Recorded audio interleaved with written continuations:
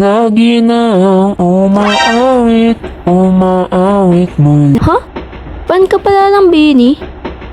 Oo naman. Brother, what's that? Yung lagi nang mag-Rexona. Alam mo? Ha? Diba lagi nang umaawit yun? Oo. Pero mas bagay sa'yo yung Rexona. Lakas kasi masyado ng amoy. Kahit tawas na lang, B?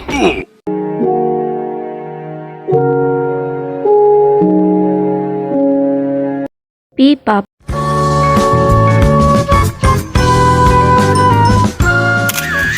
I'm sure, halos lahat tayo alam na naman yung K-pop, diba? Pero, sige, Jungkook! Kaldag mo! Pero, V, wag ka magpatalo! Sige, Suga, Jungkook, awat naman! Ang pogi mo, Jimmy! Sige lang! Ihataw mo yan, RM! Bias ka na! Jen, isang prize naman! Ikaw, kanina ka pa. Kita mong nag-e-explain ako. Isa ka pa. Anyways, pero no nga, hindi K-pop ang pag-uusapan natin today. Yung K, papalitan natin ng P. Welcome to Sage Nonsense Lesson 101. Prof. Sage, paano nga po papalitan ng P yung K? Very nice question. So ganito lang yan. So if we subtract K from K-pop, multiply it by Filipino talent, divide it by the number of video session per barangay per second, add 3 cups of Pinoy Pride, sprinkle in 1 teaspoon of labat, mix it all together using a giant wooden sandok, and let it marinate in Mang Tomas for 24 hours. Boom! May P-pop na tayo! Anyways, syempre tulad nyo, sa K-pop din ako nagmula. I mean, bago talaga ma-introduce sa akin ng P-pop, syempre nagdaan ako sa nakakamatay, nakakabaliw, nakakapangsira ng ulo bilang isang K-pop fan. Buti na lang ngayon may character development na. Baliw pa rin, pero at least hindi na nakikipag-away sa mga bashers.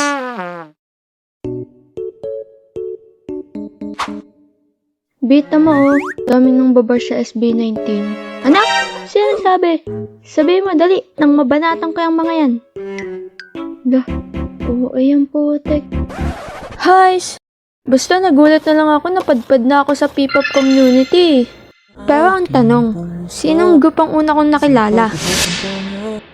Sa letang S, sa letang B, sa numero 19. Bingo!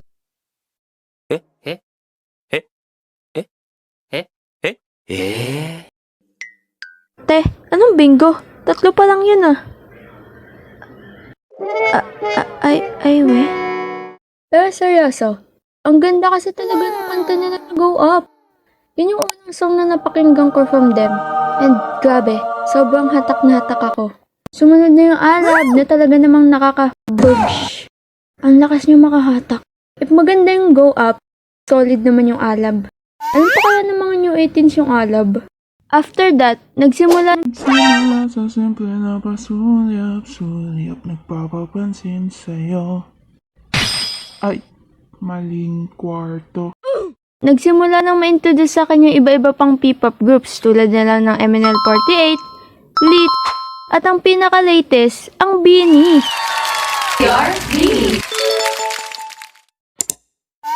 Siya talaga ang latest pero magpanggap na lang tayo na BINI muna. Hihi. BINI, ang natatanging P-pop group na ipaparamdam sa'yo na kahit baliw ka, mas baliw sila. P-pop yung title pero sa BINI lang magpo-focus. Eh di wow. Pero seryoso, ang saya lang kasi maging fan ng BINI kasi halo-halo talaga yung mararamdaman mo kada araw. Minsan magalit ka na lang kasi may nakita kang basher tapos sa susunod na araw mababaliw ka kasi mag-post yung bias mo sa ex.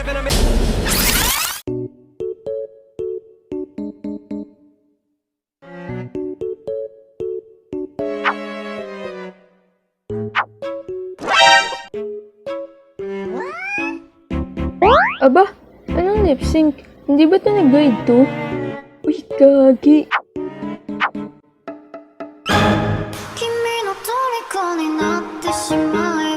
とこの夏は充実するのもっと Ma! Pa! Magpapakadala ka! Ang anak mo lumalaking may sinto-sinto. Anak natin? Yan? Diba? Nakakatawa lang isipin na dati sa K-pop talagang YouTube and IG lang ako. Pero nung dumating sa Bini, talaga namang naka-install agad ako ng X para lang makasubaybay sa mga bardagulan nila.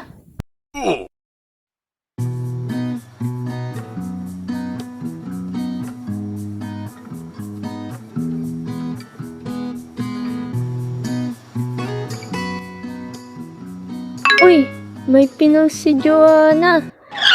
Basta post niya, idol, like na agad. Joanna Amoy Santol. Ay, gagi, mali. Pero note hindi ko sa ex nakilala ang Bini. If ang SB19 nakilala ko dahil sa kanta nila, nakilala ko naman ang Bini dahil sa ship heist. Kayo ba? Ano favorite yung kanta ng Bini? Hirap kasi pumili, no? Sa dami-dami kasi ng kanta nila, wala man lang ni isang olats. Lahat relatable, lahat panalo, lahat masaya pakinggan. Pero ako,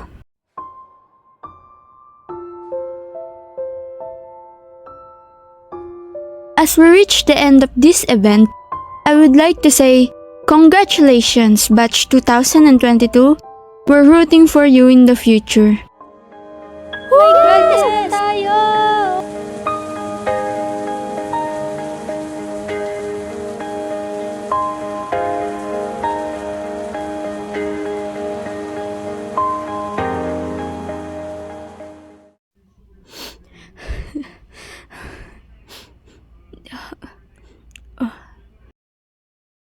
Hindi man lang ako nakapag-confess.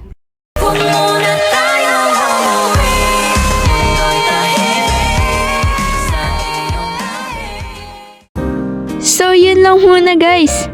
Thank you so much sa pananood. Grabe. Nakita ko 600 subs na tayo. Ang bibilis nyo naman.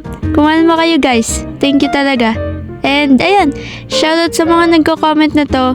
Sobrang na-appreciate ko kayo. And kung may suggestions kayo about any topic, then go lang. Tutoy natin gawa ng paraan yan. And ayun lang, sana nakabawi na ako sa inyo. Gusto ko pa sana siya pabain kaso baka matagalan na ako mag-upload. So, yun lang guys. Thank you so much. I-stream nyo ang mga P-pop groups natin dyan. Support local. Bye!